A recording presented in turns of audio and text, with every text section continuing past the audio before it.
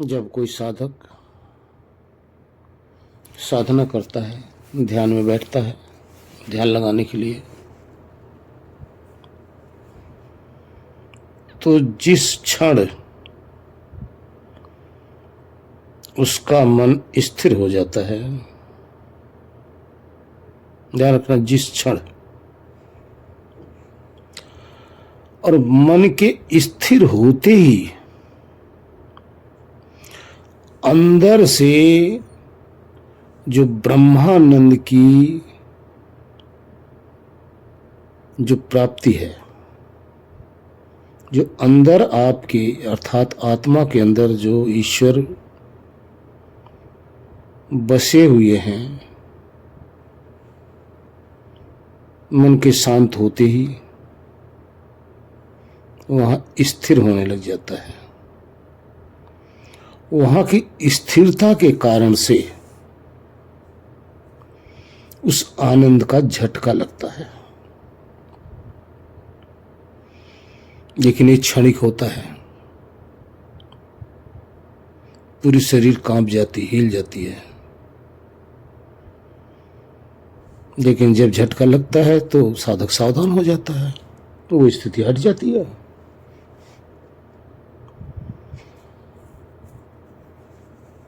जब ये दो चार जब ये झटके आने लग जाते हैं तो मन की स्थिरता की तो पहचान तो होने लग जाती है। जब अंदर से झटका लगता है तो साधक के अंदर और प्रेरणा पैदा हो जाती है ध्यान करने का। जब साधक और समय तक बैठता है तो आगे का जो काल होता है, समय होता है, हृदय के अंदर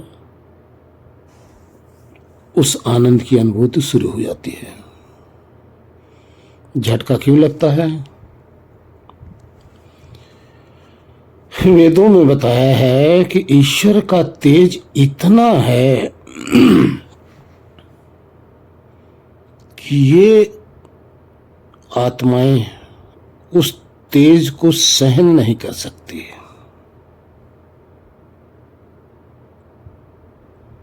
इसलिए ईश्वर परमात्मा क्षणिक अपना इस आनंद की अनुभूति कराकर अपना अनुभव करा करके धीरे धीरे साधक के अंदर एक प्यास जगाते हैं। साधक जब इस काबिल हो जाता है कि ईश्वर के आनंद को झेल सके, सहन कर सके,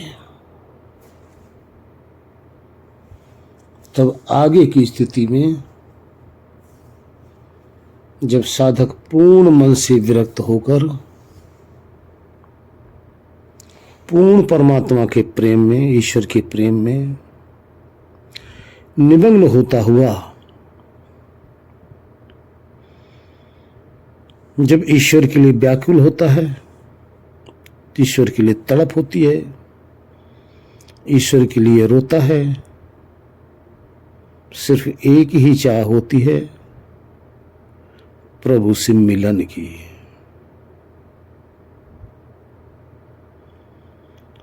प्रभु से मिलन के लिए तड़पता रहता है, बिलखता रहता है, रोता रहता है और इसी प्रेम में व्याकुल रहता है।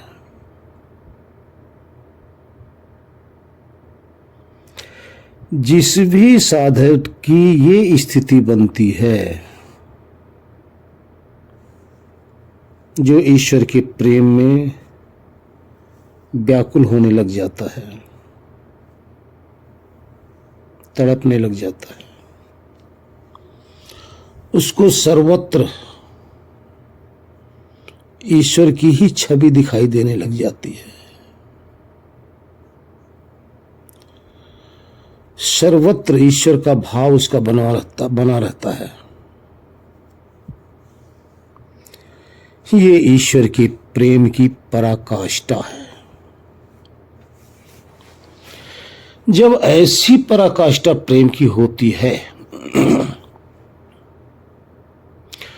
तभी परमात्मा ऐसे चेतन जीव को, ऐसे देहधारी आत्मा को अधिकारी समझते हैं।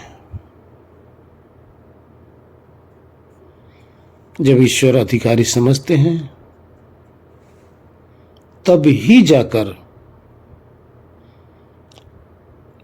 अपना ये आनंद की अनुभूति शुरू कराते हैं। तब ही जब प्रेम में साधक बैठता है उसकी वृत्तियां शांत होती हैं, तब ही झटका लगता है। उसके बाद में जब साधक वहां से हटता नहीं, आगे आगे प्रयत्न करता रहता है, तो उसके मस्तिष्क की जितना भी मल है, जितना भी कीचड़ है, आत्मा के अंदर जितना भी सांसारिक भोग की कामनाएं हैं, धीरे धीरे शांत होने लग जाती है और परमात्मा की तरफ अग्रसर होने लग जाता है। ऐसा भक्त सबसे विरक्त, सबसे अलग एकांत वास करता हुआ सिर्फ ईश्वर की ही खोज में लगा रहता है। जैसे कहावत कहा गया है कि सभी पात्र के अंदर शेरनी का दूध नहीं टिकता। तो कहावत है, पता नहीं सच है या नहीं है।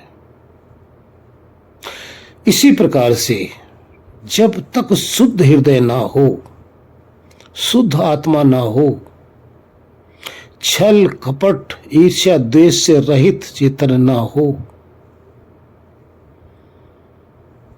तब तक परमात्मा अपना प्रकाश उसके अंदर प्रकाशित ही नहीं करते।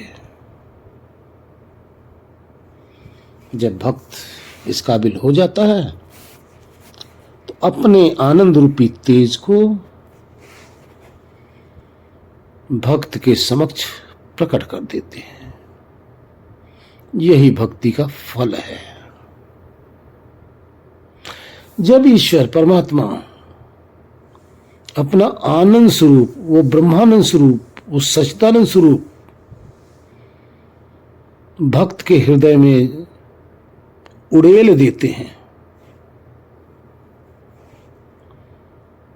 तो ये साधक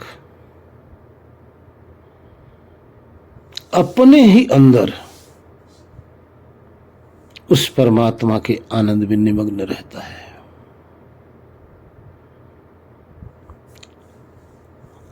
अब भक्त अपने अंदर कैसे परमात्मा का अनुभव करता है,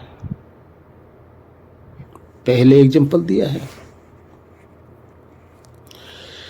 जैसे एक गर्भिणी स्त्री अपने गर्भ के अंदर शिशु का अनुभव करती है, उस नवजात शिशु का अनुभव करती है, उसी प्रकार भक्त भगवान को, ईश्वर को, परमात्मा को अपने ही यानी आत्मा के अंदर, स्वयं के अंदर आनंद रूप से इस ईश्वर का अनुभव करता है, जो ईश्वर का स्वरूप आनंद है। ऐसे भक्त के समक्ष परमात्मा एक शिशु बन जाते हैं। एग्जाम्पल, गर्भिणी स्त्री के अंदर शिशु और भक्त भक्त के अंदर शिशु रूप परमात्मा जो आनंद स्वरूप है, फिर भगवान उस भक्त के अधीन हो जाते हैं। जब भी भक्त चाहता है, आंख बंद किया और परमात्मा के प्रेम में व्याकुल हुआ, उसी क्षण उसके अंदर ईश्वर अपने आनंद को उड़ेलने लग जाते हैं। ये भक्ति का परिणाम है। इस तरह से भक्त और भगवान का संबंध सदा के लिए बन जाता है। भक्त जब ही चाहता है, जहां भी चाहता है, जिस देश में, जिस काल में, जिस परिस्थिति में आंख बंद किया, अंदर याद करने लगा, वहां भगवान प्रकट हो गए। यही भक्ति की पराकाष्ठा है, यही भक्ति है, यही ईश्वर की प्राप्ति है। सबको प्राप्त करना चाहिए। हरि ओम। ओम शांति शांति शांति।